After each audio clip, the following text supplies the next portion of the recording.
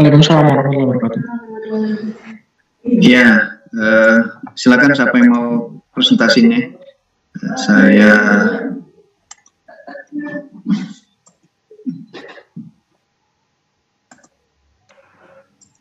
permisi Pak Taufani.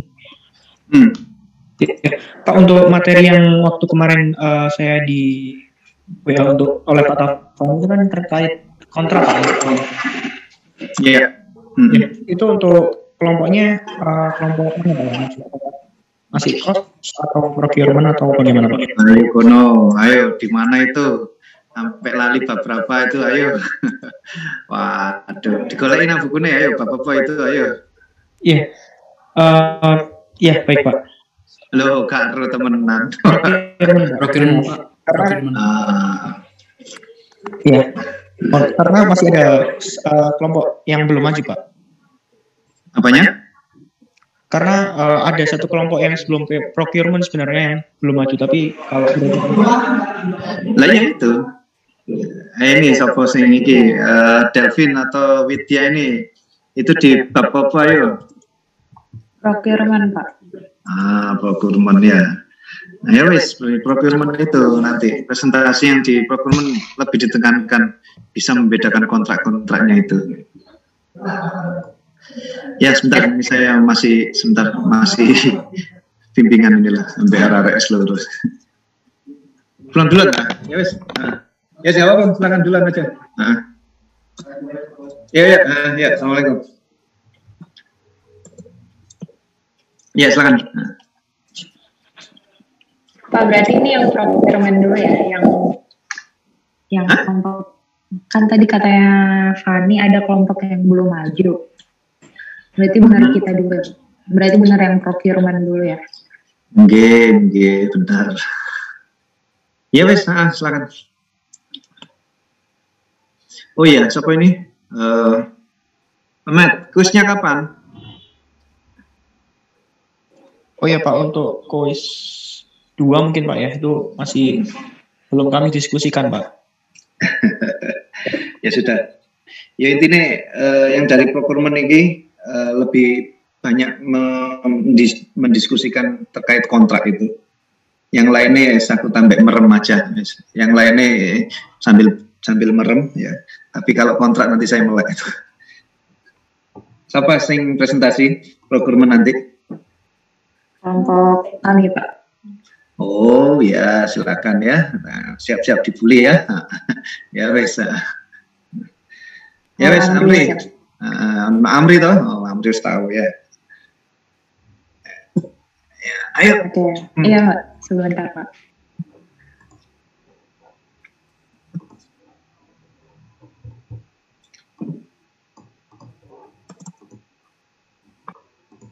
Oke. Bismillahirrahmanirrahim. Assalamualaikum warahmatullahi wabarakatuh. Sebelumnya selamat malam Pak Taufani. Kami dari kelompok Project Procurement Management ingin mempresentasikan tentang Project Procurement Management ini. Sebelumnya anggota kelompoknya ada dari Andre, ada dari saya Widya Rista, ada dari Irfaid Daroja, Tamri Maulana, dan Fatimah Fauzul. Mungkin bisa di next. Oke. Yang pertama, manajemen pengadaan adalah suatu proses yang menjamin tersedianya barang maupun jasa dari luar yang dibutuhkan oleh proyek. Dan juga manajemen pengadaan ini diperlukan pada proyek perencanaan, pelaksanaan, maupun penyerahan proyek nanti. Dan manajemen pengadaan proyek ini mengendalikan setiap kontrak yang dikeluarkan oleh organisasi luar, yaitu pembeli yang memperoleh hasil dari proyek dari organisasi yang melakukan atau penjual dan mengelola kewajiban kontrak tersebut. Next. Selanjutnya, ini untuk bahasan pertama yaitu procurement management scope. Yang pertama ada plan procurement yang akan kita bahas setelah ini, yaitu untuk mendokumentasi persyaratan produk, menentukan pendekatan dan mengidentifikasi sumber-sumber potensial. Lalu nanti ada conduct procurements, yaitu proses mendapatkan tanggapan penjual, memilih penjual dan memberi kontrak. Lalu akan ada control procurement, yaitu mengelola hubungan pengadaan, kontraktor, kinerja kontrak, dan membuat perubahan dan pembenahan sesuai keperluan, dan terakhir ada close procurement, yaitu proses menyelesaikan setiap proyek pengadaan. Oke, ini yang pertama yaitu plan procurement, akan ada input, tools, and teknik, dan juga outputs yang akan dijelaskan setelah ini. Next. Yang pertama yaitu input. Oke, untuk pertama project management plan, rencana manajemen proyek menggambarkan kebutuhan, pembenaran, persyaratan, dan batas-batas saat ini untuk proyek tersebut. Nah, ruang lingkupnya itu terisi dasar project scope statement, WBS, dan WBS dictionary. Next. Nah, ini untuk persyaratan dokumen itu sendiri, yaitu apa aja sih? Akan ada informasi penting tentang persyaratan proyek yang dipertimbangkan selama perencanaan untuk pengadaan, dan juga persyaratan dengan kontrak yang mungkin termasuk keselamatan, keamanan, kinerja lingkungan, asuransi, hak kekayaan intelektual, kesempatan kerja yang sama, lisensi, dan izin yang semuanya dipertimbangkan ketika merencanakan suatu pengadaan. Next. Nah, ini merupakan resiko dari resiko menyediakan data tentang daftar risiko menyediakan data tentang resiko yang mungkin ditemui bersama dengan hasil analisa resiko dan perencanaan respon resiko. Nah, update ke daftar resiko disertakan dengan update dokumen proyek yang dijelaskan pada proses rencana respon resiko. Next. Nah, ini activity resource requirement itu berisi informasi tentang kebutuhan khusus seperti orang-orang, peralatan, atau lokasi, yang mana semua hal tentang kebutuhan akan sumber daya. Ini untuk schedule ya, atau jadwal, berisi tentang informasi terkait jadwal itu sendiri mengenai proyek tersebut. Nah, ini untuk perkiraan ya, cost-nya, perkiraan biaya total yang diperlukan dalam menyelesaikan sebuah proyek. Nah, hal ini berhubungan dengan masalah waktu, sumber daya, dan lain-lain. Nah, ini merupakan stakeholder ya. Stakeholder register memberikan rincian tentang siapa aja nih kira-kira yang stakeholder yang berada dalam suatu proyek tersebut. Oke. Baik, untuk selanjutnya enterprise environmental factor atau faktor-faktor luar yang dapat mempengaruhi proses plan procurement management termasuk namun tidak terbatas pada kondisi marketplace, produk, layanan, dan hasil yang tersedia di pasar, data tentang kinerja masa lalu atau reputasi dari seller, persyaratan umum dan persyaratan untuk produk, jasa, dan hasil atau untuk industri tertentu, dan kebutuhan lain yang khusus. Selanjutnya ada organizational process asset, yaitu berbagai jenis perjanjian kontrak yang digunakan oleh organisasi juga mempengaruhi keputusan untuk proses plan procurement management. Organizational process asset yang mempengaruhi proses plan procurement management termasuk namun tidak terbatas pada kebijakan formal pengadaan, prosedur, dan pedomannya. Sistem manajemen yang digunakan dalam mengembangkan plan procurement management dan memilih hubungan kontrak yang akan digunakan, sebuah sistem multi-tier seller yang memenuhi syarat berdasarkan pengalaman sebelumnya. Selanjutnya ada kategori kontrak. Yang pertama itu ada fixed price contract, kemudian ada cost reimbursable contract, dan yang terakhir ada time and material contract atau T&M. Yang pertama fixed price contract, yaitu kategori ini merupakan kontrak yang melibatkan pengaturan total harga tetap untuk produk tertentu, layanan, atau hasil yang akan diberikan. Kontrak fixed price juga dapat menggabungkan insentif keuangan untuk mencapai atau melebihi tujuan proyek yang dipilih, seperti tanggal pengiriman jadwal, biaya, dan kinerja teknis, atau apapun yang dapat dikuantifikasi dan selanjutnya diukur.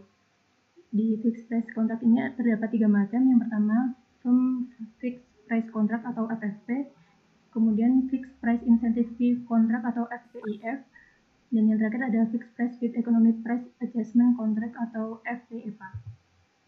Untuk yang Firm Fixed Price Contract atau FFP, yaitu jenis kontrak yang paling banyak digunakan. Nah, hal ini FFP ini disukai oleh sebagian besar organisasi karena harga barang ditetapkan di awal dan tidak mengalami perubahan kecuali ada perubahan kerja. Setiap kenaikan biaya adalah tanggung jawab seller yang wajib untuk melengkapi kewajibannya di kontrak. Dalam kontrak FFP, buyer harus tepat menentukan produk atau jasa yang akan dibeli, dan setiap perubahan pada spesifikasi pengadaan dapat meningkatkan biaya kepada pembeli. Kemudian untuk FPIF, pengaturan harga tetap ini memberikan buyer dan seller beberapa fleksibilitas dalam melakukan kerjasama, karena target kinerja yang ditetapkan di awal oleh buyer dan harga kontrak akhir ditentukan setelah selesai semua pekerjaan berdasarkan kinerja seller. Intinya apa yang dikerjakan oleh seller itu yang harus dibayar oleh buyer. Kemudian ada Fixed Price with Economic Price Adjustment Contract atau FPEPA itu digunakan setiap kali periode kinerja penjual mencakup periode yang sangat lama. Kontrak ini digunakan dalam hubungan kerja jangka panjang. Ini adalah kontrak kerja tetap, tetapi dengan ketentuan khusus yang memungkinkan untuk diubah karena perubahan inflasi atau kenaikan biaya atau penurunan biaya untuk komoditas tertentu. PPA klausa perlu berhubungan dengan beberapa indeks keuangan yang handal yang digunakan untuk secara tepat menyesuaikan harga akhir. FPEPA kontrak dimaksudkan untuk melindungi pembeli dan penjual dari kondisi eksternal di luar kendali mereka. Dan berikut perbedaan dari masing-masing. Untuk FFP ini memiliki resiko pokok yang harus dimitigasi. Tidak memiliki resiko pokok yang harus dimitigasi, di mana kontraktor menanggung semua risiko biaya. Dan FFP ini digunakan ketika persyaratan telah terdefinisi dengan baik, kontraktornya berpengalaman, kondisi pasar stabil, dan resiko keuangan tidak signifikan.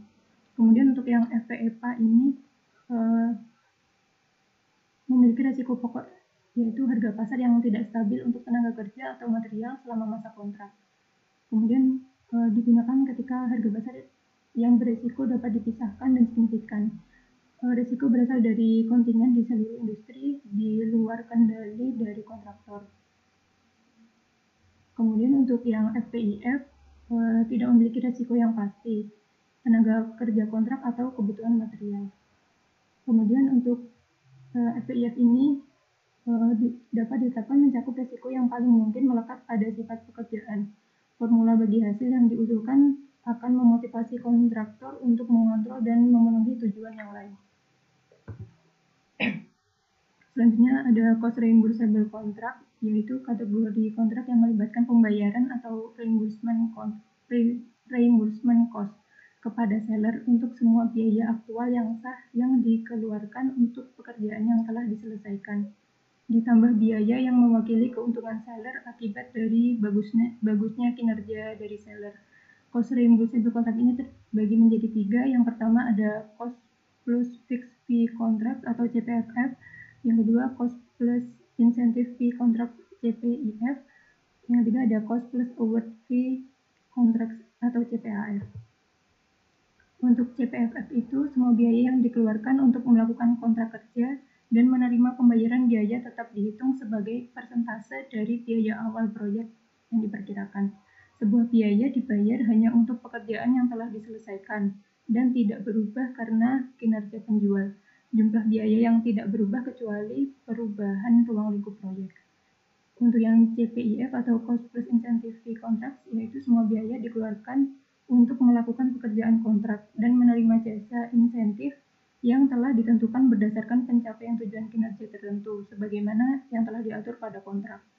Dalam kontrak CPIF, jika biaya akhir kurang atau lebih besar dari estimasi biaya awal, maka pembeli dan penjual saham biaya dari keberangkatan berdasarkan rumus pembagian biaya prenegosiasi, misalnya 80/20 split lebih atau di bawah target biaya berdasarkan kinerja aktual dari penjual.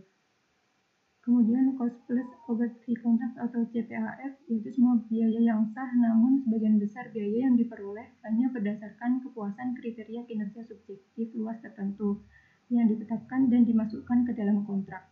Penentuan biaya hanya berdasarkan pada penentuan subjektif dari kinerja penjual dengan pembeli dan umumnya tidak tunduk pada banding. Yang terakhir ada time and material contract atau TM, di mana kontrak waktu dan bahan adalah jenis hybrid dari perjanjian kontrak yang mengandung aspek baik biaya penggantian dan kontrak harga tetap. Mereka sering digunakan untuk augmentasi staf, akuisisi ahli, dan dukungan luar ketika sebuah pernyataan yang tepat dari pekerjaan tidak bisa secara cepat ditetapkan. Kemudian ini perbandingan dari CPIF, CPHF, CPFF, dan CS dan TM. Untuk CPIF ini untuk masing-masing ini memiliki resiko pokok yang harus dimitigasi, yaitu jam kerja yang sangat tidak pasti dan spekulatif. Kemudian campuran tenaga kerja dan atau persyaratan material dan hal-hal lain yang diperlukan untuk melaksanakan kontrak. Pemerintah menanggung resiko yang melekat dalam kontrak.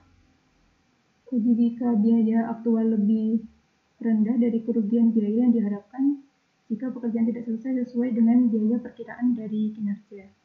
Kemudian untuk yang CPIF ini sebuah hubungan objektif dapat diperoleh antara biaya dan ukuran kinerja seperti biaya aktual, tanggal pengiriman, tolak ukur kinerja, dan sebagainya. Kemudian untuk yang CPHF, target insentif tidak layak untuk aspek kritis dari kinerja.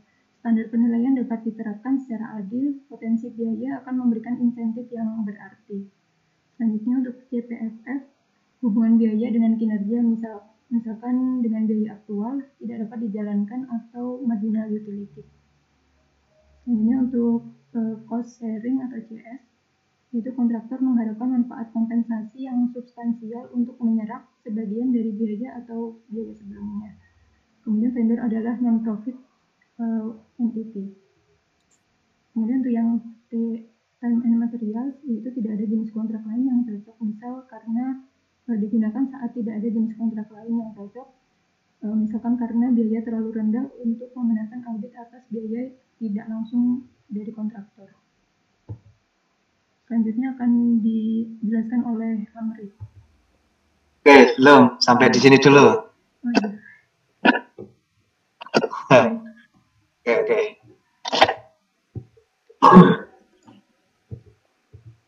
Balik ke slide-slide sebelumnya itu yang kontrak-kontrak itu. Nah, misalnya ini ya. Secara garis besar itu ada yang bisa jelasin nggak ini?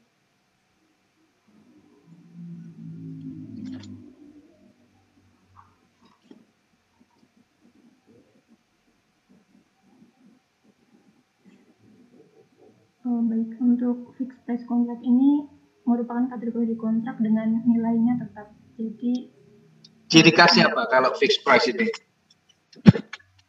Resikonya ada di penjual, harga kontraknya tidak bisa berubah dengan seiring waktu. Jadi totalannya di awal begitu, Pak.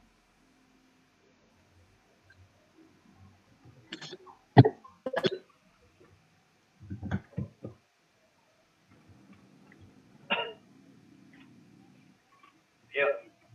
Dengar suara saya? Dengar, Pak. Oke ya.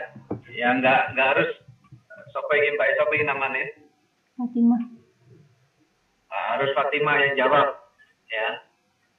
Coba ciri khas ini loh. Dari ketiga ini ciri khas utama nih apa yang membedakan ini? Apa? Saya apa yang kamu bicarakan apa dulu? Dari sisi apa? Nilai kontraknya, resiko, gimana ya, Pak?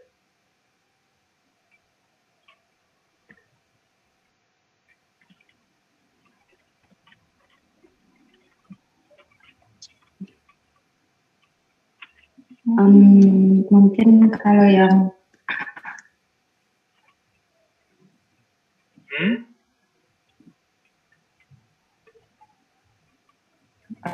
yang fixed price yang insentif kontraksi itu intinya yang dikerjakan oleh seller itulah yang harus dibayar oleh buyernya. Kalau misalnya yang fixed price adjustment kontrak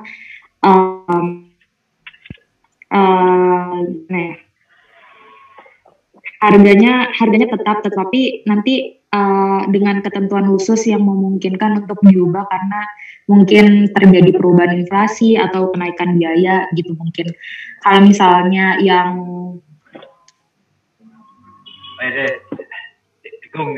bingung. Ini yang saya jelasin masih yang fixed price itu tadi sih Pak. Dari fixed price. Oke. Sekarang risiko. Kenapa sih kok digawe ini yang gitu ya? Kenapa kok ini dibuat fixed price kan? Padahal di situ ada risiko kan gitu ya. Risiko ini menurut kalian ini untuk tipe-tipe kontrak ini risikonya besar atau kecil ya?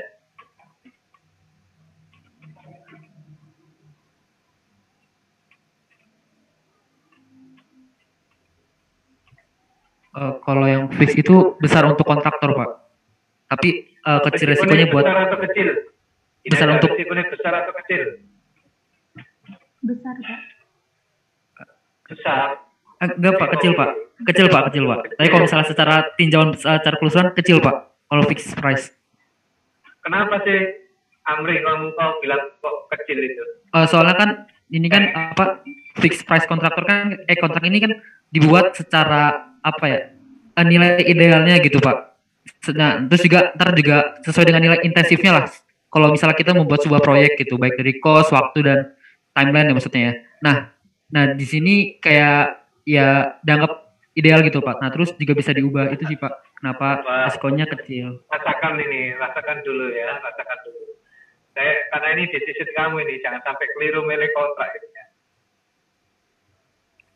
Misal ini, menurut kalian ini pengadaan TV gitu ya, pengadaan TV ya. Pengadaan TV itu menurut kalian risikonya besar atau kecil?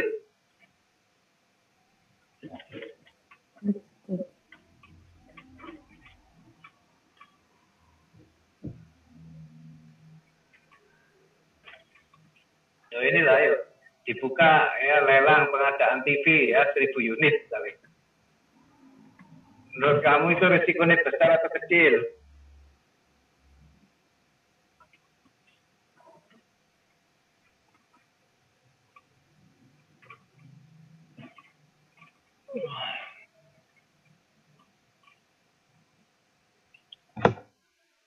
Ayo Amri. Kecil Pak. Kenapa kok kamu bilang kecil?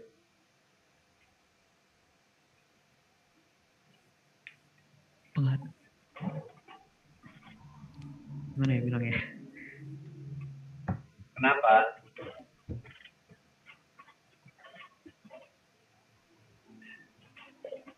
Kenapa kok kecil ya?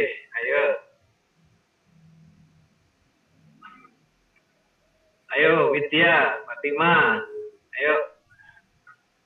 Mumpung saya sih.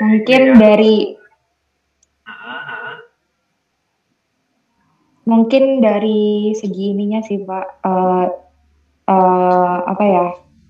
hal-hal yang dilihat yang lainnya untuk pengadaan TV sendiri terbilang masih kecil mungkin Pak. Ayolah, ya. Ini Pak, kecil Pak. Karena kita udah tahu pasti gitu, nilainya 100 buah TV gitu Pak. Loh, yang pasti itu yang mana nih, Amri? Ininya Pak, jumlahnya Pak? Jumlahnya, sama. Pengadaan pabrik itu ya nggak jelas jumlahnya tak gimana. Saya ingin kamu mengenali kerjaanmu dulu ini ya. Jadi coba kamu, ya ini kan jangan tekstual ya. Coba kamu rasakan yang kamu presentasikan tadi itu dengan bahasamu sendiri ya. Nanti lama-lama terbiasa. Ya Amri. Iya Pak. Fatima wes. Menurut saya ini Pak, karena melihat dari dampaknya yang tidak terlalu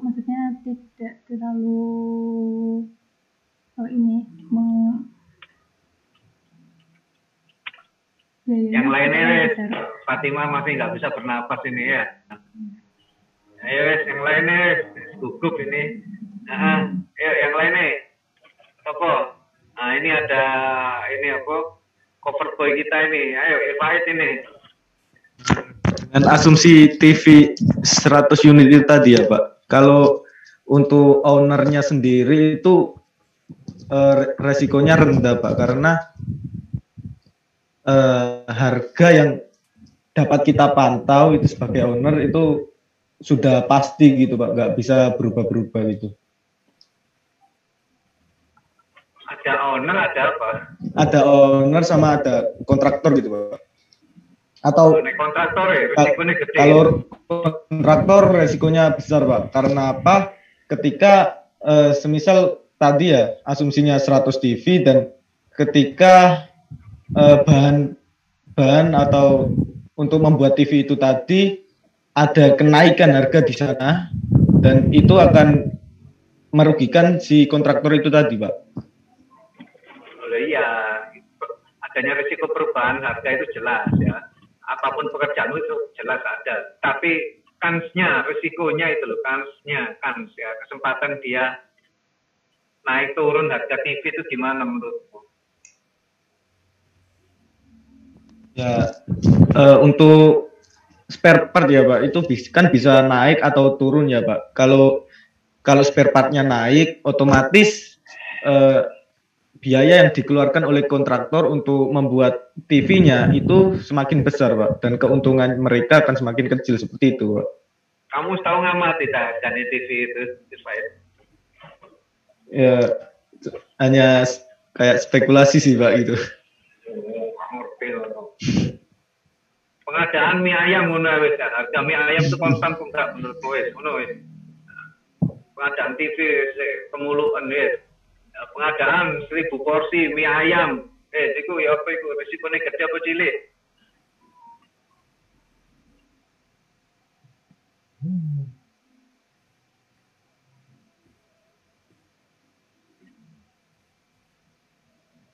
Bingung arah ini.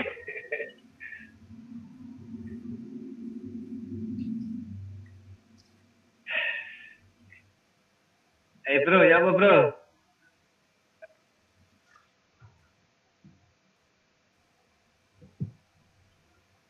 Amri, gimana Amri? Risikonya besar enggak sih? Atau kecil sih? Kita lihat dari tingkat risikonya dulu ya.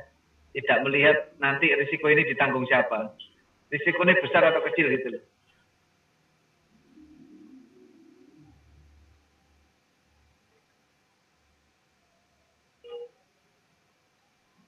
Bingung ya?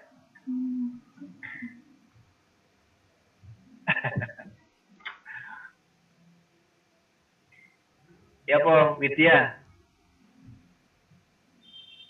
Wid.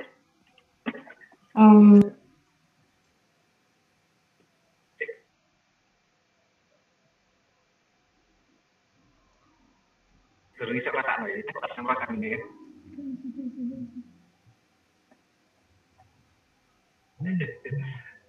Loh, kamu nek ditawari iki lho, nek aku buka lelang TV. Kamu ambil apa enggak kesempatan kayak gitu itu?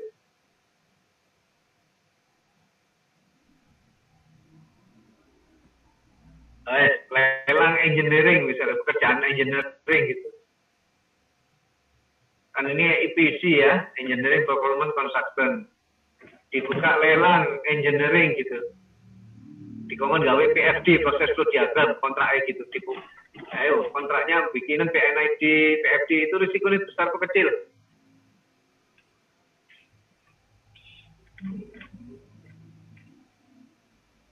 Saya belum menemukan benang merahnya, ini. Belum bisa merasakan ini.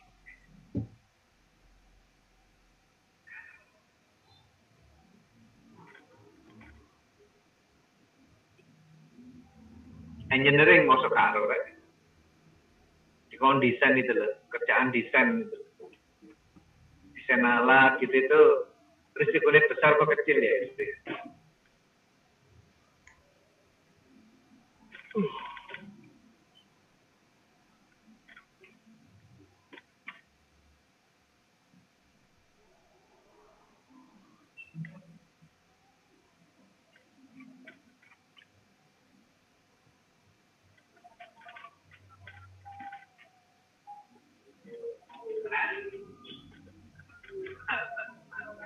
Ya, jawabannya adalah resikonya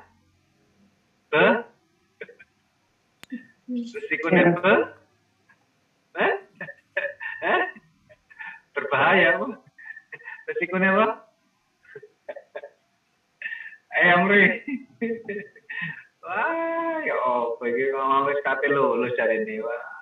Minta di ini ya. Minta di ospek meneh ya arek iki ya. Wis balik kan semester 1 meneh katane ini. Risikonya kecil. Betul, Pak. Oh, saya ngomong kecil loh. Iya, iya bisa. Yo, saya guys, saya anggap mau pinter. Saya kadang jawab iki, hati-hati ya. Saya Amri, kenapa saya kamu risikonya kecil kenapa Amri? Iya Pak, soalnya kalau setahu saya kan ini kan kalau ini Pak, apa kita udah tahu pastinya gitu loh Pak. Jadi kita udah bakal ngerjain itu gitu. Jadi ya saya mikirnya kalau misalnya kita tahu apa yang kita kerjakan, jadinya fix lah kita apa ya bilangnya, tahu gitu ke depannya mau ngapain dan makanya menurut saya kecil Pak sesuai yang saya baca gitu sih. Kecil makanya saya tadi bilang kecil Pak. Itunya apa resikonya Pak? Maaf Pak, resikonya. Jelas. Kenapa resiko? Kenapa ayo? Alasannya belum menyentuh itu. Semua pekerjaan jelas kok. Pekerjaan jelas. Tapi ada risiko. Ini risikonya kecil karena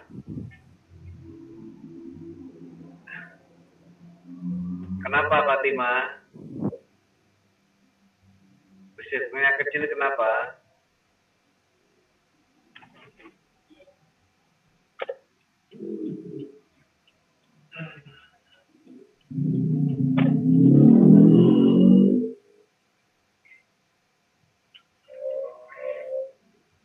Biasanya risiko kecil itu jangka waktunya itu pendek, ya, jangka waktunya pendek, dan harganya itu sudah definit, ya, harganya definit. Orang dengan mudah itu bisa memperkirakan harganya, ya. Sehingga disebut risiko kecil, ya, risikonya kecil. Ya pengadaan mie ayam itu, wis jelas itu, terus kamu pasti untung. Risikonya kecil, tuh itu. Harganya soalnya tetap, gitu. Jadi kita membicarakan pada fluktuasi harga. Nah misalkan kalau kita membicarakan itu tadi ya kontrak engineering gitu, kira-kira harganya berfluktuasi atau enggak ini?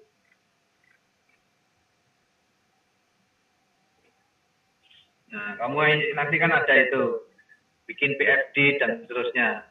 Nah, saya ingin tahu itu jenis kontrak kalian yang pilih itu apa.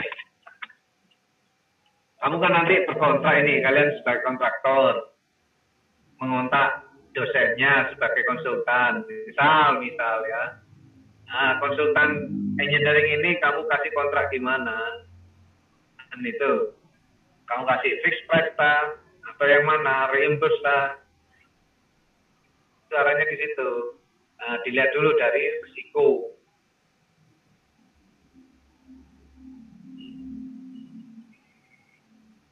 Tadi saya kurang menangkap maksudnya Amri, pekerjaannya jelas itu maksudnya gimana itu Amri?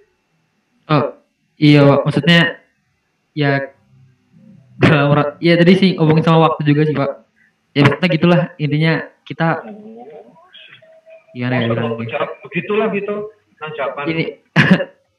Ini Pak, kita tahu gitu kalau misalnya apa yang kita kerjakan gitu Pak. Nah baik dari segi dibuka lagi penjelasannya, PowerPoint dibuka penjelasannya fix itu. Iya ini Pak, yang kontrak melibatkan pengaturan total harga tetap untuk produk tertentu atau lain tertentu dalam satu proyek.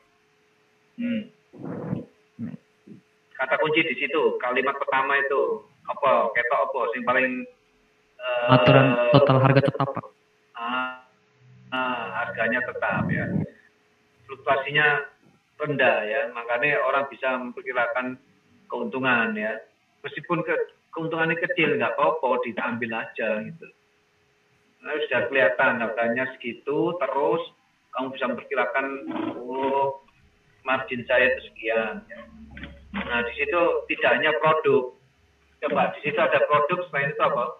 Ada layanan sama hasil yang akan diberikan. Kayak Contohnya keuntungan. layanan itu apa, Amri? Itu Pak, ya tadi kayak contohnya pekerjaan tadi kayak gitu Pak. Pekerjaan apa? Ya contohnya tadi kayak pembuatan PFD sebagai apa ya? Seorang yang pembuat PFD-nya gitu Pak. Nah itu kayak tadi kayak contoh Bapak yang tadi diberikan. Alah, Amri kon itu lezat ini itu jawabanku. Produk ini masalahnya kok TV, misalnya produk jelas sih keluarganya juga tetap. Layanan contohnya apa?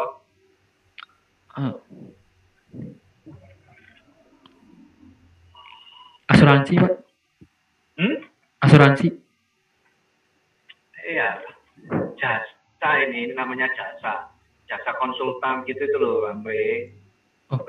Dalam pekerjaan jasa konsultan itu bisa ditemui di mana, Amri?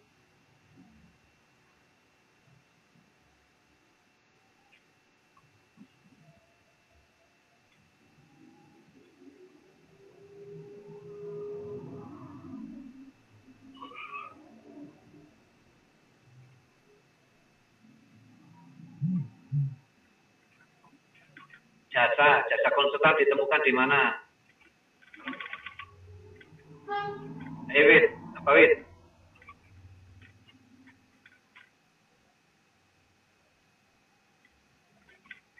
Loh, si bingung rek. Kalau saya itu di luar itu misalnya nggak ada proyek, saya sebagai apa, Amri? Iya, konsultan Pak. Konsultan itu produk apa jasa atau layanan? Jasa. Jasa ya. Jasa atau produk? Jasa Pak. Jasa.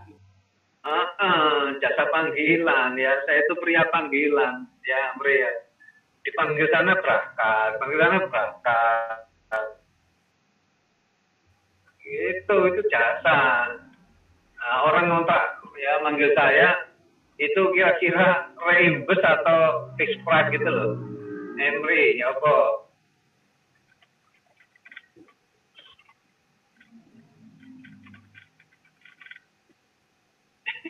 Ini Pak, fixed price Pak.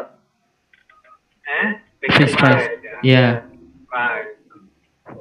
Kerjaan saya itu udah jelas, scope-nya itu jelas. Ya. Terus time-nya itu, timeline-nya sudah jelas.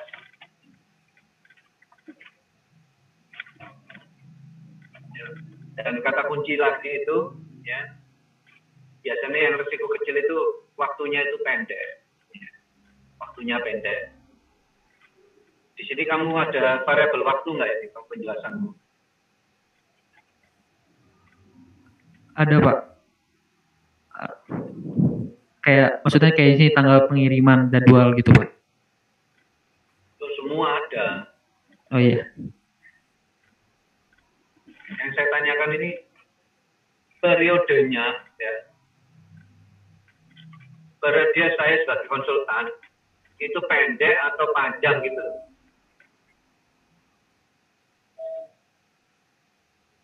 Misalnya saya disuruh bikin PFD gitu. Itu butuh waktu yang lama gitu atau yang pendek itu, Amri?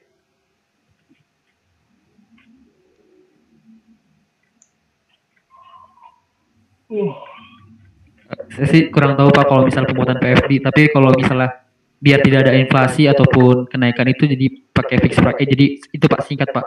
Pendek lah waktunya. Saya itu kena inflasi juga ya. Kalau misalnya Pak, ini misal lagi. Kalau misalnya ada yang UMR ya Pak. Nah, kan UMR juga tiap tahun juga naik kan. Nah, itu bisa jadi ada berpengaruh juga sih Pak. Kalau misalnya kita jangka waktu mah ya Pak Amri. Jangka waktunya apa Amri tadi itu? Risiko kecil, jangka waktunya gimana? Panjang, pendek? Pendek Pak, risiko kecil Pak. Kamu lihat Excel saya kemarin itu. Ya. Pekerjaannya misal sebagai apa itu ngerjakan proses flow diagram itu panjang waktunya atau pendek? Kalau berdasarkan yang kemarin panjang, Pak. Panjang Iya. gimana? Bukan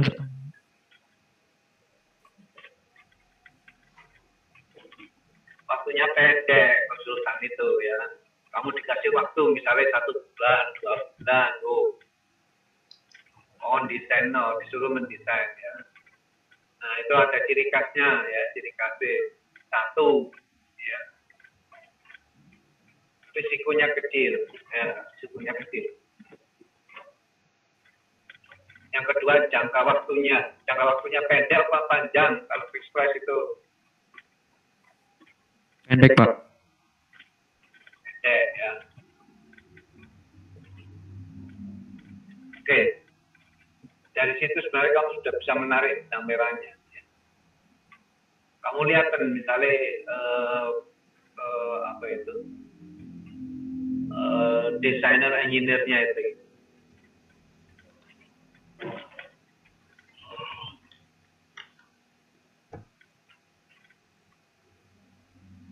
Itu nggak terpengaruh oleh inflasi gitu.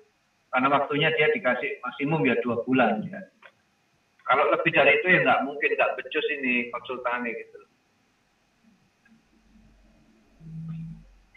Maksudnya paham nggak, Amri? Iya, paham, Pak. Sekarang coba kamu lihatkan ya, lawan dari fixed price itu apa? Yang cost reasonable contract, Pak. Dibuka. Dibuka, Pak.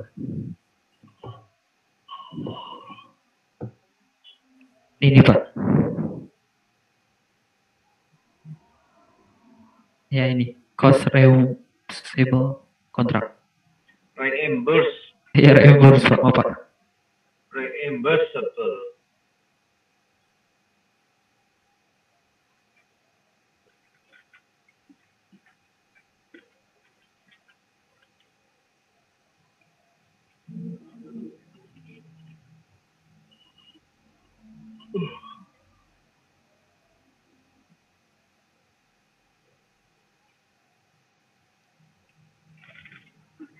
Ya, kalau di sini nanti kamu bisa tambahkan ya.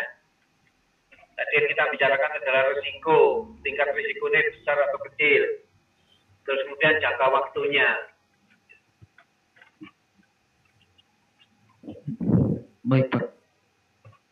Ya, ini yang konsep ini reimbursement ini apa namanya? Jangka waktunya panjang, terus risikonya tinggi. Ya, oke. Makasih Mbak Vide. Ya, reimbursable ya. Risikonya gede, Pak. Risikonya gede sama jangka waktunya lama, Pak. Kayak gitu. Contohnya apa ya? Contohnya, Pak.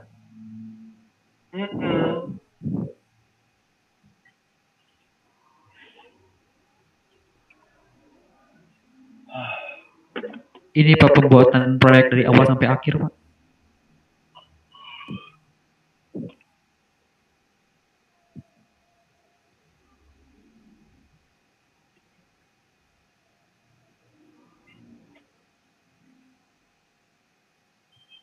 Kamu sudah mempersiapkan ini apa itu PowerPoint-mu ini? Sudah mulai setting-setting nggak ini? Untuk contohnya sih belum, Pak. Tapi pengertiannya udah, Pak.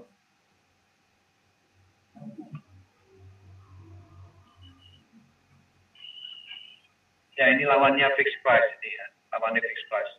Ya. Oke, ya silakan diulangi lagi. Fix dibagi menjadi 3. Gimana? Fix. Oke. Ya, tadi ada bagus tadi. Nah, kalau ini ada insentif itu gimana insentif itu?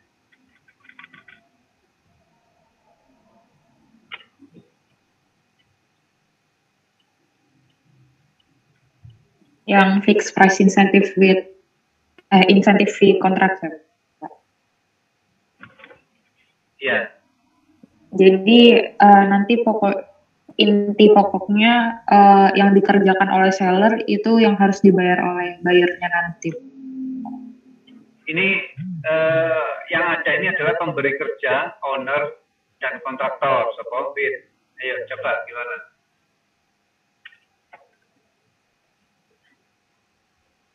Ya, jadi harganya sesuai dengan apa yang dikerjakan nanti, Pak. Lah, insentifnya itu di mananya itu?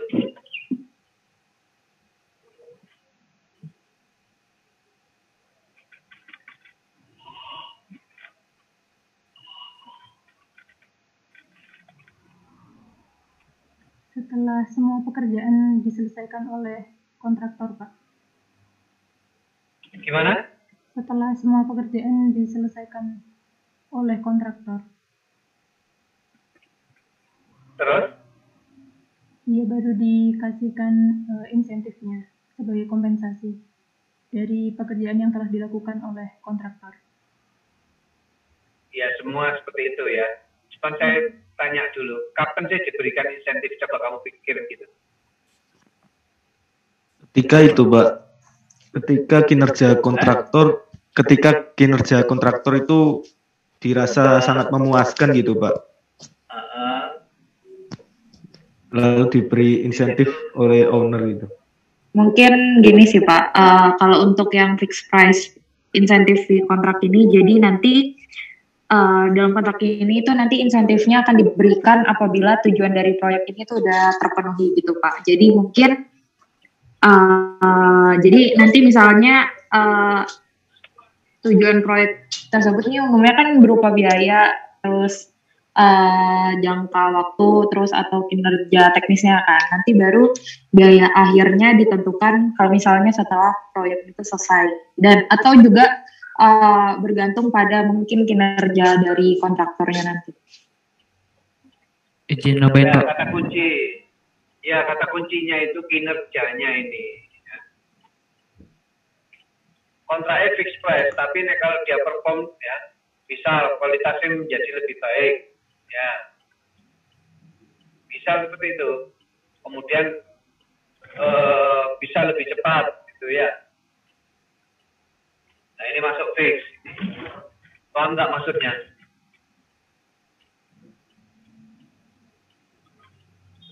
Iya Pak. Oke, berikutnya.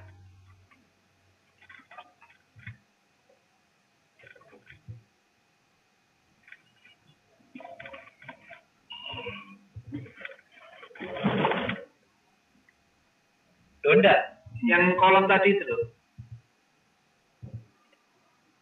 Sebelumnya, yang masih fix. Oke, itu apa yang ketiga?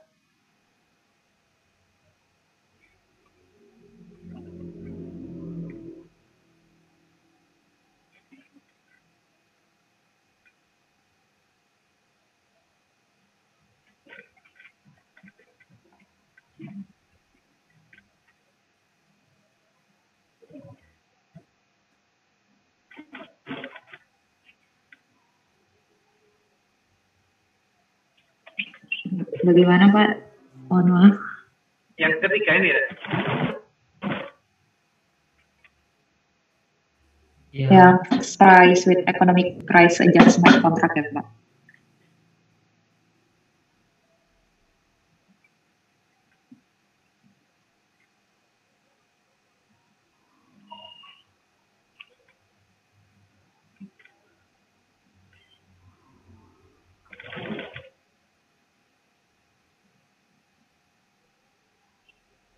Kapan ini saya menggunakan kontrak ini? Jika ada perubahan harga sih Pak. Jadi baik misalnya ekonomi Indonesia melemah gitu, nanti ada inflasi. Nah itu bakal digunakan fixed price with economic price ini Pak. Bukan cuma inflasi doang sih Pak. Kayak misalnya komoditas. Misalnya komoditas besi ternyata makin berkurang sehingga harganya makin mahal. Nah itu juga menggunakan ini Pak sebagai kompensasi buat kedua pihak. Itu sih Pak. Mungkin ini perlu dikasih contoh ya. Iya. Ini PowerPoint ini perlu dikasih contoh ini supaya semua teman-teman bisa merasakan ini. Baik Pak, nanti akan direvisi. Ya. Misal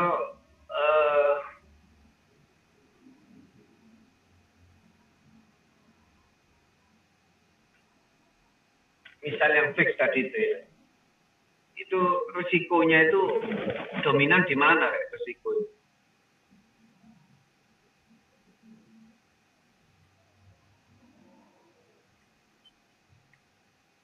Kontraktor Pak. Di kontraktor. Kenapa?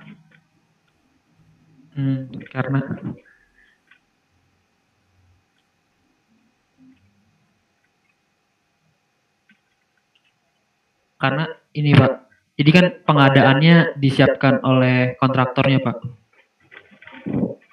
Nah, sehingga apabila kayak ada apa, ya tadi itu yang beberapa hal, jadi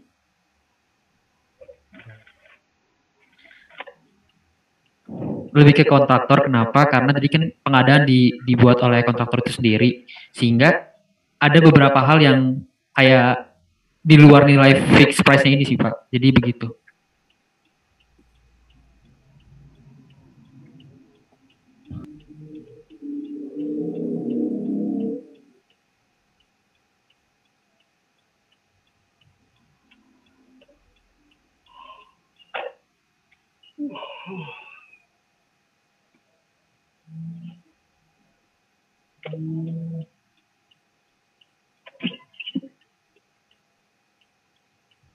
Coba dicari contohnya aja, Amri, supaya lebih gampang.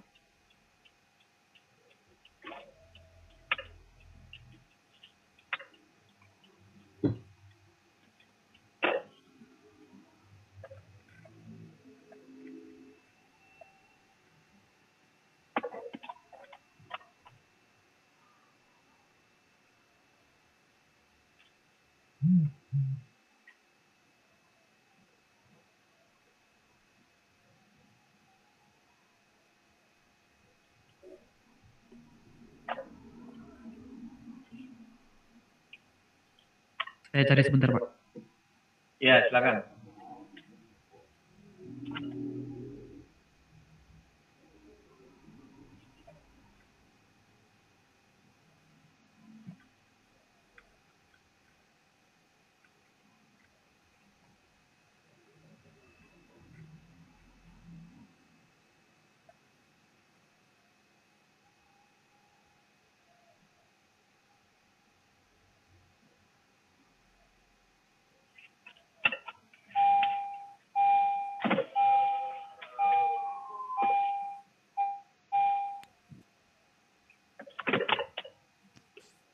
Mau coba ngasih contoh, Pak?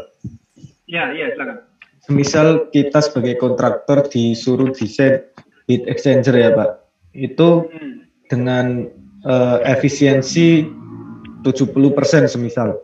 Nah, dengan kontrak fixed price. Nah, kita itu ternyata bisa desain heat exchanger tersebut hingga efisiensinya 80%. Nah, itu kan lebih memuaskan, Pak. Tapi karena kita sudah menandatangani fixed price, jadi ya tidak ada kita ada kerugian dalam di sananya, Pak. Seperti itu. Ya, makanya ini ya, kamu harus ngerti di sini. Ini bagus tadi contohnya ya. Contohnya Irfait ini bagus ya. Ini kalau kamu yakin bisa lebih baik dari targetnya, ya kamu minta fixed price insentif misalnya seperti itu. Nah, kalau ini adalah sesuatu yang umum ya ini ya pasti nggak mau ya. Kamu pengadaan TV ini ya harganya misalnya itu ya tetap aja nggak dikasih insentif, ya nggak mau si ownernya itu. Tapi misalnya kalau kamu tadi proses, wah saya bisa melakukan efisiensi desain saya. Nah, kamu bergen, oh ini ternyata Nah, gitu. Ternyata kan purely fixed price, tapi mungkin ada insentifnya. Demikian halnya misalnya pekerjaan desainer tadi itu. Pekerjaan desainer itu dia bisa dapat insentif jika apa? Jika baik-baik. Contohnya apa? Desain tapi dia dapat insentif. Contohnya gimana?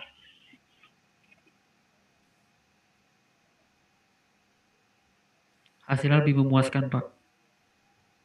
Kinerjanya baik. Apa nih misalnya?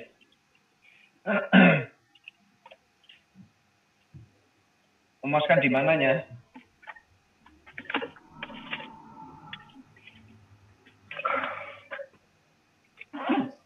Entah itu pada hasil desainnya atau waktu pengerjaannya, Pak, bisa jadi. Apanya? Hasil desainnya atau juga bisa waktu pengerjaannya lebih cepat gitu, Pak. Oke. Misalnya ya kamu ini komitmen di situ ya. Misalnya di situ syaratnya 2 bulan gitu. Saya bisa menyelesaikan 1 bulan saja, Mak. Tapi saya minta itu ada insentifnya atau itu economic price adjustment-nya. Ya silakan seperti itu. Dengan catatan memang kedua belah pihak membutuhkan seperti itu. Kamu kualitas bagus ya. Tapi kalau misalnya pemberi kerjanya nggak keburu-buru ya bisa jadi jatuhnya ya fixed price gitu loh. Bisa merasakan nggak ini Irfait? Iya, Pak. Intinya kedua belah pihak ya sama-sama legowo. Ya. Nah kalau misalnya itu keburu-buru, ya, saya pinginnya 1 bulan. Ya. Padahal normalnya kontraknya adalah 2 bulan. Ya boleh fixed price tapi ada insentifnya. Nah atau economic price-nya, begitu bergennya di situ. Paham ya? Oke, terus di berikutnya itu jenis kontrak apa? Reimburse tadi itu?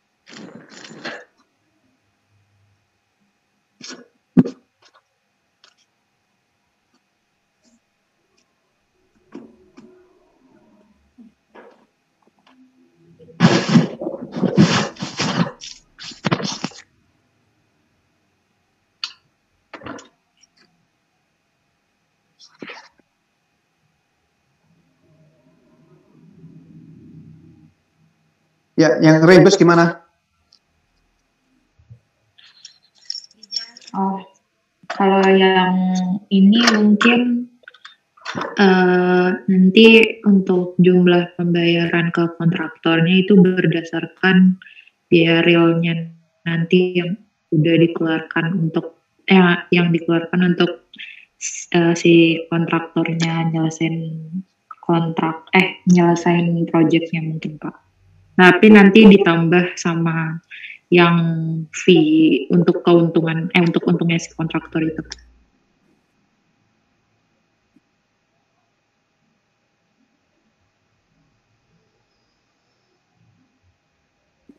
Secara keseluruhan, secara general gitu sih Pak. Jadi nanti baru dipenuhin lagi jadi yang 3 ini, yang cost plus fix di kontrak, terus incentive fee, award fee.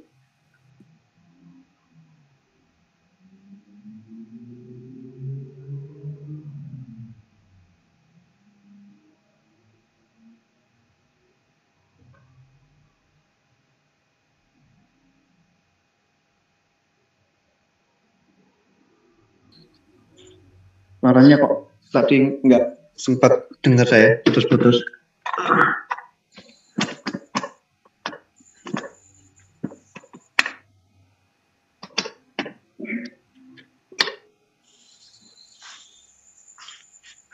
Kenapa reimburse ini nggak bisa dibawa ke dalam fix ya?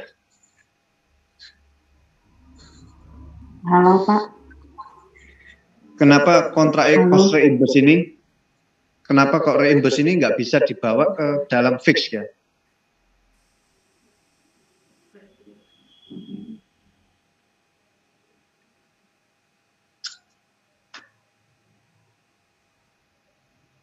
Contohnya gimana sih, Nek, menurutmu ini? Contoh-contoh kontrak yuk. Misalnya.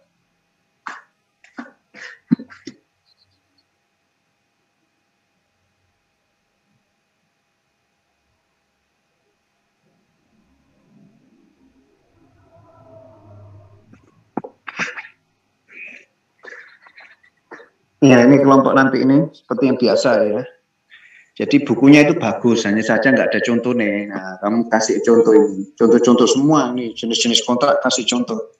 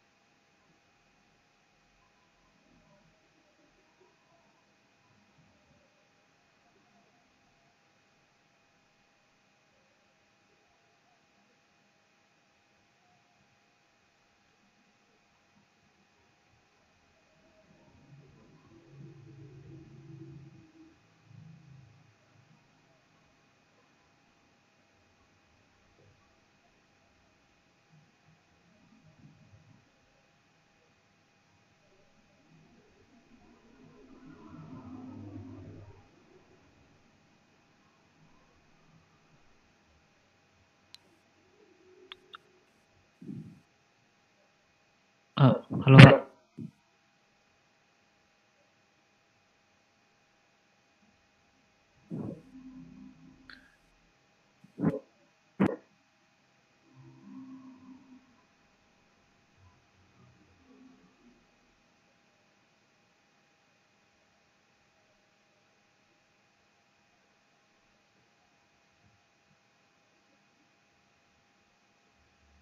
Halo Pak.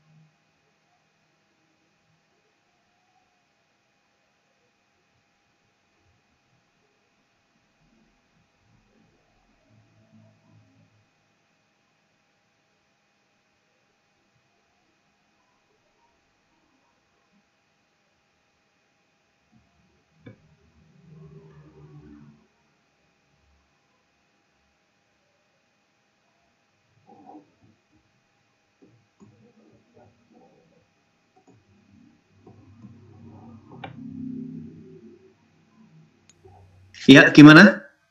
Sudah ada contohnya nggak kalian? Ini contoh ya Pak. Iya. Misalnya contohnya ini Pak, ngebuat bejana lah Pak, bejana kecil lah Pak. Nah, jadi kalau misalnya yang cost reversible ini bisa reversible ini bisa ini Pak, bisa dikerjain dulu gitu membuat nah tapi ketika di tengah-tengah awalnya kan bentuknya yang disable yang biasa, nah ternyata bentuk tutupnya berubah gitu Pak. Nah di situ kan ada perubahan harga juga. Nah di situ jadi makanya cost reversible ini kenapa nggak bisa di fix itu sih Pak, kelebihannya dia bisa. Keliru.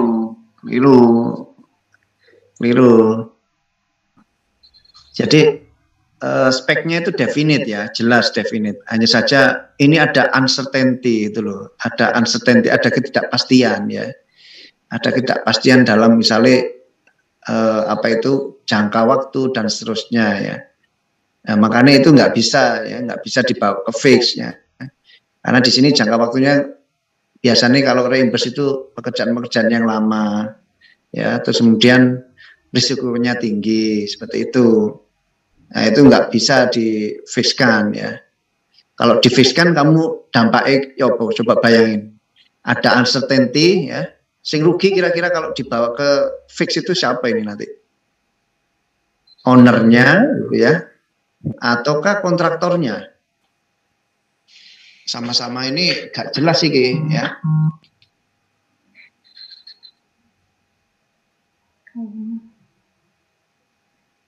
Yang rugi siapa ini?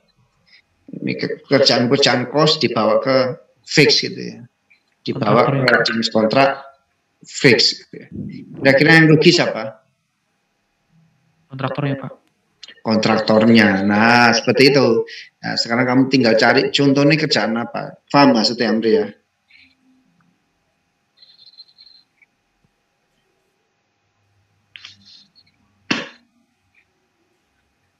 Mungkin contohnya kayak gini Pak. Semisal kita disuruh membuat suatu industri ya Pak. Nah di situ kan dalam jangka waktu yang lama dan kita sebagai kontraktor itu tidak tahu apa saja yang dibutuhkan, apa saja yang pasti dibutuhkan dalam pembuatan pabrik tersebut Pak. Izin nambahin Pak. Jadi kalau misalnya tadi kan benar kata Irfan di sini bikin suatu perusahaan ya. Nah di situ kan ada spesifikasi, ada desain. Nah di situ kan awalnya kalau misalnya fix kan tercantum gitu. Tapi kan kata tadi ada perubahan kecil lah. Nah di situ nanti kan karena jangka waktu panjang, karena nggak mungkin kan bikin suatu pabrik cuma singkat. Nah karena ada panjang, nanti pasti ada perubahan baik desain ataupun gambarnya gitu. Nah terus tapi kelebihannya apa? Karena kalau misalnya gambar ataupun desainnya belum ada, jadi kontraktor kayak bisa lebih gerak lebih duluan gitu. Nanti untuk perhitungan hasilnya setelah dibangun totalnya berapa. Nah apabila ada perubahan juga ntar dihitung berapa. Kayak gitu sih Pak contohnya. Kamu ada referensinya nggak Amri? Nyari contoh-contohnya ini. Example reversible kontrak. Ada contohnya nggak? Ada Pak. Referensinya ada nggak? Ada. Coba disorot. Oh iya. Ini berdasarkan tugas akhir dari ITS juga Pak. Ayo. Bentar ya Pak.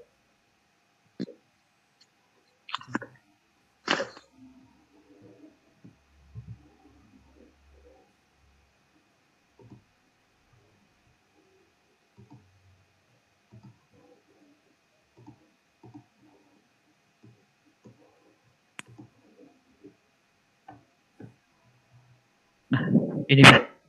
Apa sudah terlihat Pak? Ya, sudah. Nah, di sini reversible cost contract. Kontraktor melaksanakan pekerjaan berdasarkan spesifikasi, basic dan lingkup pekerjaan yang semuanya tercantum dan diatur dalam kontrak. Nah, biasanya desain, spesifikasi dan gambar proyek dapat berubah selama konstruksi berlangsung. Nah, ini Pak yang kata Bapak tadi ada perubahan tadi ya. Terus semua biaya pelaksanaan proyek yang dikeluarkan kontraktor diganti oleh pemilik proyek ditambah dengan fee sebagai keuntungan kontraktor itu sendiri. Kayak gitu Pak. Jadi contohnya yang benar kata Irfan tadi Pak. Kayak gitu. Dengan hal apa aja sih yang bisa berubah? Ya ini yang saya baca di sini ya desain, spesifikasi sama gambar proyek itu sendiri Pak. Nah, ini ada keuntungan sendiri dari kontrak ini. Jadi ada fleksibel dalam perubahan desain. Terus mengurangi biaya tambahan negosiasi apabila ada perubahan. Terus ada pekerjaan dapat dimulai lebih awal tanpa menunggu desain. Tadi saya sudah bilang. Sama ada pemilik proyek dapat melakukan kontrol terhadap semua aspek pekerjaan. Nah, terus kerugian yang penjual ya, owner ya. Pemilik proyek harus selalu mendapatkan tenaga ahlinya untuk mengawasi dan mengontrol secara terus-menerus ya. Nah gitu Pak. Terus juga pemilik proyek banyak menanggung resiko keuangan dan waktu. Karena kan tadi jangka panjang waktunya. Kan nggak mungkin bikin proyek, misalnya pabrik dikit kan, itu ada perubahan-perubahan terkait inflasi. Terus juga ada perubahan desain yang nggak tahu dan ditambah, dia harus membayar terkait kinerja dari kontraktor itu sendiri. Kayak gitu Pak. Ini diambil dari tesisnya S2 ITS.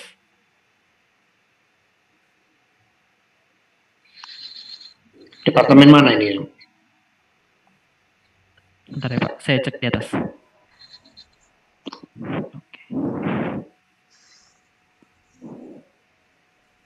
Studi struktur bidang teknik sipil Pak.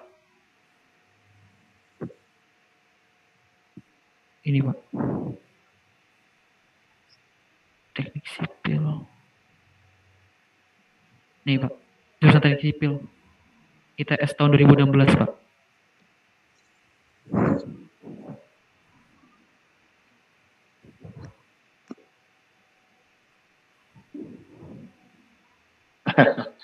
Nah ini teman saya nih Pak Trijoko ini. Ya ini ya.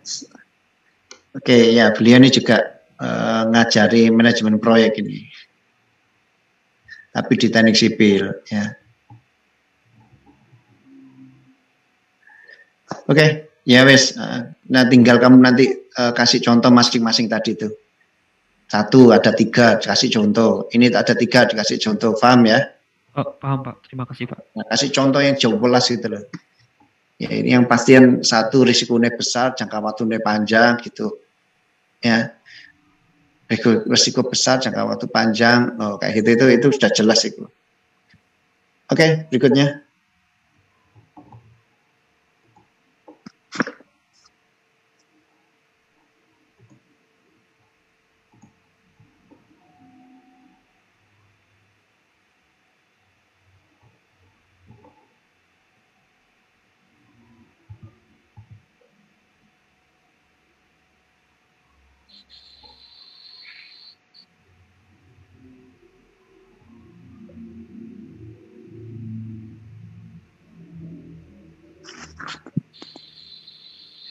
Ya, lanjut.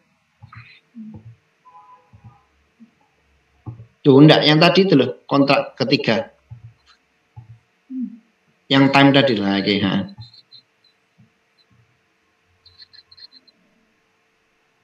Kasih contoh nanti. Oke, silakan dilanjut presentasi ini.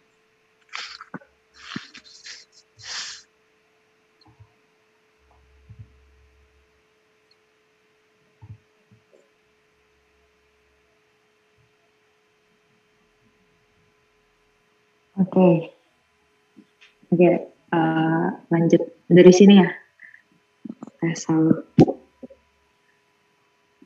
Oke, ini,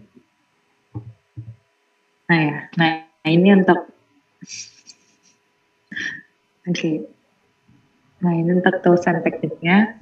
Jadi yang pertama make or buy analysis. Maksud dan tujuannya menetapkan apakah produk yang dibutuhkan dapat diproduksi dengan biaya yang efektif oleh perusahaan atau institusi sendiri. Terus suatu evaluasi dari manfaat dan keuntungan antara dikerjakan atau dibuat sendiri atau menggunakan sumber daya dari luar organisasi. Contohnya tenaga ahli, kapasitas, biaya, kompetensi utama, kerahasiaan usaha, dan lain-lain. Besar pengaruhnya terhadap tujuan yang lebih luas yang dibutuhkan dengan segera. Penyesuaian terhadap keamanan juga diperlukan untuk menggambarkan cara-cara atau metode seperti pilihan untuk membuat sendiri ketika data yang sangat rahasia. Next, ini ada expert judgment, yang mana tenaga ahli yang sering diperlukan untuk keahlian dalam bidang pembelian juga dapat digunakan untuk mengembangkan atau memodif kriteria yang akan digunakan untuk mengevaluasi penawaran atau proposal yang dibuat oleh penyedia jasa atau penjual. Terus membantu dalam pembelian atau pengadaan dengan persyaratan dan kondisi tidak standar. Next, ini ada market research-nya sendiri, yaitu di mana kita harus ngeriset nih pasar yang mana meliputi survei ke industri dan kemampuan vendor tertentu. Nah, tim pengadaan dapat memanfaatkan info-info apa aja sih yang dapat diperoleh di konferensi, review secara online, dan juga bisa dari berbagai sumber untuk mengidentifikasi nih kemampuan pasar. Oke. Tim pengadaan juga dapat mengevaluasi tujuan pengadaan yang dihubungkan dengan perkembangan teknologi serta analisis resiko agar mendapatkan vendor yang dapat menyediakan bahan-bahan atau jasa yang diinginkan. Next. Oke, selanjutnya tools berikutnya itu dalam meeting tentu butuh untuk penelitian sendiri mungkin tidak memberikan informasi spesifik ya, untuk merumuskan strategi pengadaan tanpa pertemuan dan pertukaran informasi dengan penawar potensial. Makanya diadakan pertemuan atau meeting. Bekerjasama dengan pihak penawar atau penjual akan mempengaruhi pendekatan yang saling menguntungkan antar penjual dan pembeli. Gitu. Nah, berikutnya terkait luarannya. Oke, output ya. Pertama tentu aja ada procurement management plan. Nah, procurement management plan adalah komponen dari project plan manajemen yang menggambarkan tim proyek akan memperoleh barang dan jasa dari luar organisasi ya. Ini menggambarkan bagaimana proses pengadaan akan dikelola dari dokumen pengadaan melalui penutupan kontrak. Nah, meliputi apa aja sih, ada isu-isu manajemen proyek, apakah perkiraan independen akan digunakan dan apakah mereka dibutuhkan sebagai evaluasi dan sebagainya. Di sini udah ada. Terus setiap kendala, terus juga ada risiko di sini. Terus pendapatan arah yang akan diberikan kepada penjual untuk pengembangan dan pemeliharaan struktur rincian kerja. Terus ada pengidentifikasi penjual pre-qualified jika ada dan yang akan digunakan. Nah, ini contoh-contoh yang meliputi terkait procurement management plan. Mungkin bisa lanjut Mbak Fatimah. Nah, terusnya ada procurement statement of work ya, atau SOW. Nah, pernyataan kerja untuk setiap pengadaan dikembangkan dari baseline lingkup proyek dan mendefinisikan hanya bagian dari ruang lingkup proyek yang akan dimasukkan dalam kontrak yang bersangkutan. Nah, pengadaan statement of work ini menjelaskan item pengadaan secara cukup rinci untuk menentukan apakah mereka mampu menyediakan produk, jasa, atau hasil yang sesuai. Nah, informasi yang terdapat dalam statement of work ini dapat mencakup spesifikasi, jumlah yang diinginkan, tingkat kualitas, data kinerja, periode kinerja, lokasi kinerja, dan persyaratan lainnya. Terus juga pengadaan, oke. Nah, procurement statement of work ini juga ditulis harus jelas, lengkap, dan ringkas. Ini mencakup deskripsi dari setiap layanan jaminan yang diperlukan, seperti pelaporan kinerja, terus laporan kinerja untuk membeli item ya. Terus pengadaan SOW ini dapat direvisi dan disempurnakan apabila diperlukan. Oke, mungkin lanjut. Nah, ini juga ada procurement dokumen. Dokumen pengadaan ini biasa digunakan untuk meminta proposal dari calon penjual. Kompleksitas dan tingkat detail dari dokumen pengadaan harus konsisten dengan nilai dan risiko yang terkait dengan pengadaan harus yang direncanakan. Dokumen pengadaan dibuat untuk memastikan konsistensi, tanggapan yang tepat, tapi cukup untuk memikirkan pertimbangan saran penjual untuk cara lebih baik untuk memenuhi persyaratan yang sama fleksibelnya, gitu. Nah, mungkin lanjut Pak. Ini ada beberapa hal yang biasa digunakan di procurement dokumen. Yang pertama ada bid and quotation, yang umumnya ketika ini digunakan ketika keputusan pemilihan atau seleksi atas dasar harga. Jadi ini digunakan ketika harus memilih gitu ya, ataupun seleksi tapi berdasarkan dasar harga yang diperlukan gitu ya. Nah, terus juga ada proposal. Umumnya digunakan ketika bukan atas pertimbangan finansial seperti kecakapan teknis atau pendekatan yang tertinggi. Nah, biasanya nama dokumen pengadaan seperti ini, invitation for bid. Nah, invitation for bid ini dokumen yang digunakan untuk mengundang vendor ya, mungkin dia bilangnya gitu, vendor. Nah, terus ada request for proposal, tentunya ini sebuah ajuan buat menyampaikan proposal ya. Terus juga ada request for quotation, ini dokumen yang dibutuhkan untuk kita butuh berapa dan spesifikasi seperti apa, nah kayak gitu. Nah, terus berikutnya ada invitation for negotiation. Nah, invitation for negotiation ini sendiri itu adalah suatu dokumen undangan untuk melakukan negosiasi baik itu dari harga ataupun jumlah barang yang dibutuhkan seperti itu buat pengadaan. Nah, terus ada kontraktor initial respon. Nah, kontraktor initial respon ini tanggapan dari kontraktor ini apakah bisa memenuhi atau enggak. Nah, kalau misalnya dari jurnal yang saya baca itu maksimal 30 hari setelah ditentukan kayak gitu. Lanjut, Mbak. Nah, terus berikutnya ada source selection criteria. Source selection criteria sering disertakan sebagai bagian dari dokumen pengadaan. Kriteria tersebut dikembangkan dan digunakan untuk menilai skor proposal penjual dan objektif atau subjektifnya. Nah, kriteria seleksi dapat terbatas hanya harga pembelian jika item pengadaan sudah tersedia dari jumlah penjual yang diterima. Harga pembelian dalam konteks ini mencakup biaya item dan semua biaya tambahan seperti pengiriman gitu. Jadi biaya item plus ongkirnya gitu ya. Nah, terus ada juga kriteria seleksi lainnya dapat diidentifikasi dan didokumentasikan untuk mendukung penilaian untuk produk yang lebih kompleks, jasa ataupun hasil. Mungkin bisa lanjut. Nah, ini beberapa hal yang terdapat di situ ya. Pemahaman atas kebutuhan, terus overall or life cycle cost-nya itu sendiri, kemampuan teknis, resiko tentunya, manajemen pendekatan secara teknis, dan yang hal lainnya di sini ya. Kayak bisa lanjut aja, Mbak. Nah, di juga tadi kan ada tools ya. Nah, di juga ada make or buy decision. Nah, ini pemilihan keputusan apakah pekerjaan tertentu yang dapat dikerjakan oleh tim proyek atau perlu dibeli dari sumber luar. Jika keputusan adalah untuk membuat item, maka plan procurement dapat menentukan proses dan kesepakatan internal gitu. Jadi mau buat atau beli gitu ya. Jika keputusan membeli, maka akan dilakukan proses yang sama untuk mencapai kesepakatan dengan pemasukan untuk pengadaan produk atau jasa itu sendiri. Jadi kita milih gitu buat atau beli dari luar kayak gitu. Jadi apakah perlu ada pengadaan atau enggak. Terus kemudian ada change request. Sebuah keputusan yang melibatkan barang pengadaan, jasa atau sumber daya biasanya dibutuhkan perubahan gitu ya. Keputusan lain selama plan procurement juga dapat membuat perubahan kebutuhan tambahan. Permintaan perubahan diproses untuk diperiksa dan posisi melalui proses perform integrated change control. Perubahan project plan management dapat menyebabkan perubahan permintaan dan berdampak pada pengadaan gitu. Nah, ini juga ada project dokumen update. Tentunya dengan ada tadi tools tadi kita juga bisa mengupdate ya project dokumennya. Dokumen proyek yang dapat diperoleh termasuk namun tidak terbatas pada persyaratan dokumentasi, persyaratan traceability matrix, sama daftar resikonya. Nah, ini yang terakhir, suggest risk sharing principles. Jadi ada pembagian kebutuhan suggest risk sharing principle-nya. Nah, di sini ada beberapa hal. Pertama ada scope of information, terus ada uncertainty, terus degree of risk, suggest risk allocation, sama kontrak tipenya.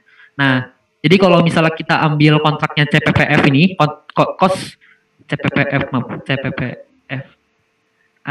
CPPF itu cost plus percentage fee, maka dia tuh resikonya tinggi gitu ya. Cara bacanya resikonya tinggi, terus alokasi risknya itu jatuh kepada jatuh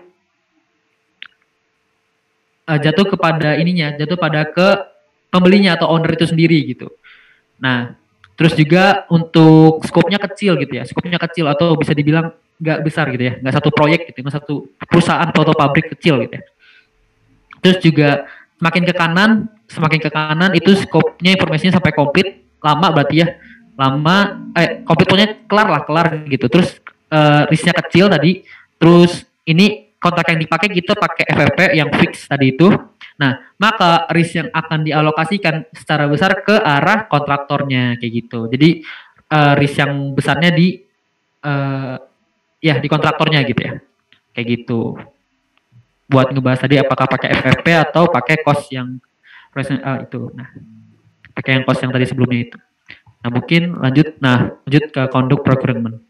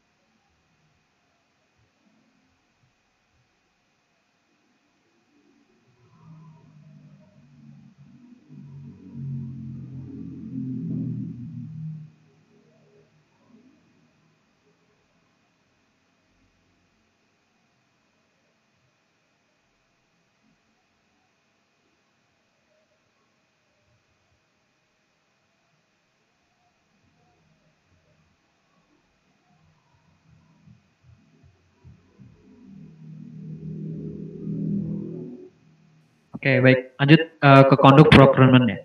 Conduct procurement is process obtaining seller respon gitu ya. Ini conduct procurement ini kita cara bisa dapetin respon dari penjual, terus juga pembeli penjual dan wording terkait kontraktornya itu. Nah, terus di sini juga the key benefit of the process is that provide alignment of internal and external stakeholder ekspektasi. Jadi kita juga bisa melihat terkait ekspektasi dari stakeholder baik itu di luar maupun internal maupun luarnya itu sendiri. Nah, dari the conduct procurement process, the team will receive bid or proposal and will apply previously defined selection criteria. Nah, di sini juga kita bisa memilih gitu ya terkait mendapatkan proposal atau pembelian itu sendiri sebelum adanya kriteria tertentu. Nah, mungkin bisa dilanjut. Nah, ini oke, baik, mulai dari input ya. Oke, mungkin bisa lanjut. Nah, input. Nah, di sini ada inputnya tentu yang procurement management plan-nya sebelumnya udah dikerjain ya dari yang sebelumnya. Nah, itu pertama merupakan salah satu komponen dari project management plan. Tadi yang sudah disebutin ya, procurement management itu apa. Terus juga mengelola pengadaan kebutuhan proyek yang termasuk ke dalam procurement management plan. Terus juga terkait ada risk management isu juga tadi kan dibahas juga isi terkait procurement management plan itu sendiri. Oke, lanjut mungkin. Nah, terus juga ada procurement dokumen yang juga ada dibuat tadi ada IBF, jadi ada proposal, ada bid dan quota ya. Terus ini menjadikan audit dari kontrak dan persetujuan yang terkait dengan proyek. Nah, terus juga akan sangat berguna bila pemilihan seller berpatokan pada harga. Jadi pemilihan terhadap bid ya, tadi bid and quota gitu ya. Pemilihan terhadap harga jualnya itu, ya, harga barangnya. Oke, mungkin lanjut. Nah, terus juga ada source selection criteria yang merupakan bagian dari procurement dokumentasi tadi yang menilai proposal yang diajukan oleh seller baik secara objektif maupun subjektif. Nah, terus juga ada seller proposal yang diajukan oleh seller sebagai bentuk respon dari list kebutuhan yang kita ajukan kepada seller. Jadi kita butuh apa aja gitu ya. Nah, terus juga ada project dokumen. Ini dokumen-dokumen yang terikat dengan proyek ya. Contoh dokumennya tadi ada dokumen kontrak, tender, sama pelelangan.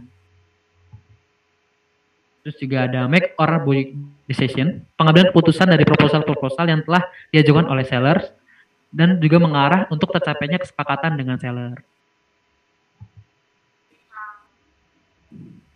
Oke. Selanjutnya ada procurement statement of work. Itu menjelaskan kepada seller atau supplier terkait goal dan requirement dari proyek yang berlangsung. Contoh procurement SOW yaitu specification, quantity design, quality level, performance data, period of performance, and other requirements. Next. Selanjutnya ada organizational process assets. Nah, di sini ada elemen-elemennya yaitu listing of previously qualified seller, informasi dari past experience dari seller baik atau buruknya, terus prior agreement. Next. Selanjutnya ada tools teknik apa aja sih? Yang pertama bidder conference, yaitu merupakan pertemuan antara buyer dan seller yang proposalnya diterima. Tujuannya agar seller lebih memahami kebutuhan dari pengadaan proyek dan sebagai wadah hearing dari seller dan buyer guna tercapainya kesepakatan kontrak. Dua, proposal evaluation teknik, yaitu mengevaluasi proposal yang diajukan seller dengan menyesuaikannya terhadap source selection kriteria dan aspek-aspek lainnya. Selanjutnya ada independent estimate, yaitu perkiraan cost dari pengadaan yang akan dilakukan untuk kemudian dilakukan benchmark dari cost tersebut terhadap proposal yang diajukan oleh seller. Lalu ada expert judgment, yaitu digunakan untuk mengevaluasi proposal-proposal penjual. Dibutuhkan beberapa ahli dalam disiplin fungsional seperti contracting, legal, finance, accounting, engineering, design, research, development, sales, and manufacturing. Lalu ada advertising, bisa menggunakan offline seperti dalam koran, publikasi, poster, dan sebagainya. Beberapa organisasi menggunakan secara online untuk mengiklankan ke komunitas vendor, dan beberapa yurisdiksi pemerintah memerlukan iklan publik atau posting online kontrak pemerintah yang tertunda. Selanjutnya ada analytical teknik. pengadaan melibatkan pendefinisian sebagai kebutuhan sedemikian rupa sehingga vendor dapat membawa nilai melalui penawaran mereka. Untuk memastikan bahwa kebutuhan dapat dan dipenuhi, analytical teknik dapat membantu organisasi mengidentifikasi kesiapan vendor untuk memberi kondisi akhir yang diinginkan, menentukan kos yang diharapkan untuk mendukung penganggaran, dan menghindari pembengkakan biaya karena perubahan. Dengan memeriksa informasi kinerja sebelumnya, tim dapat mengidentifikasi area yang mungkin memiliki resiko lebih besar dan yang perlu dipantau secara ketat untuk memastikan keberhasilan proyek. Lalu ada procurement negotiation, yaitu negosiasi pengadaan mengklarifikasi struktur, persyaratan, dan invite. Mungkin kita pause sampai di sini dulu ya. Kita lanjutkan di pertemuan berikutnya. Oke, baik Pak. Ahmed, nanti kuisnya kapan, Ahmed?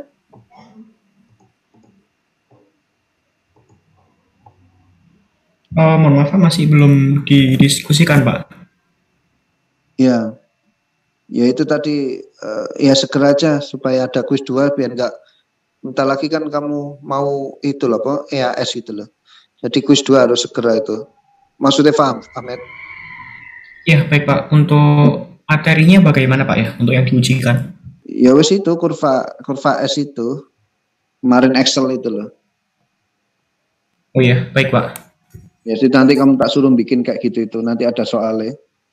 Ya, terus diberikan informasi deskripsi pekerjaan apa ini, deskripsinya seperti apa ya. Kemudian cocoknya di kontrak apa, diberikan kontrak apa gitu loh. Paham maksudnya ya? Iya, paham Pak. Ya, nanti ada Ya, Pak. petunjuknya. Nanti ada petunjuknya. Ya. Saya kira cukup ya. Untuk ya, mohon maaf Pak, Taufan izin bertanya Pak. Untuk quiz 2-nya kira-kira bisa diadakan Pak Taufan ini lebih prefer minggu ini atau minggu depan Pak ya? Ya, kalau minggu ini lebih baik. Kalau kalian belum siap ya nggak apa-apa. Tapi ini bentar lagi kan kita sudah mau minggu itu loh, EAS itu loh. Kalau bisa ya dalam minggu-minggu ini gitu loh.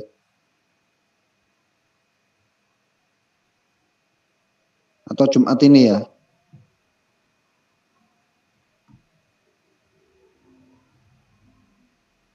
Ya sudah, kamu diskusikan dulu aja Ahmed ya. Iya, baik Pak. Nah, baik, kita akhiri kelas pada malam hari ini. Assalamualaikum warahmatullahi wabarakatuh. Waalaikumsalam warahmatullahi wabarakatuh. Terima kasih banyak Pak. Terima kasih Pak.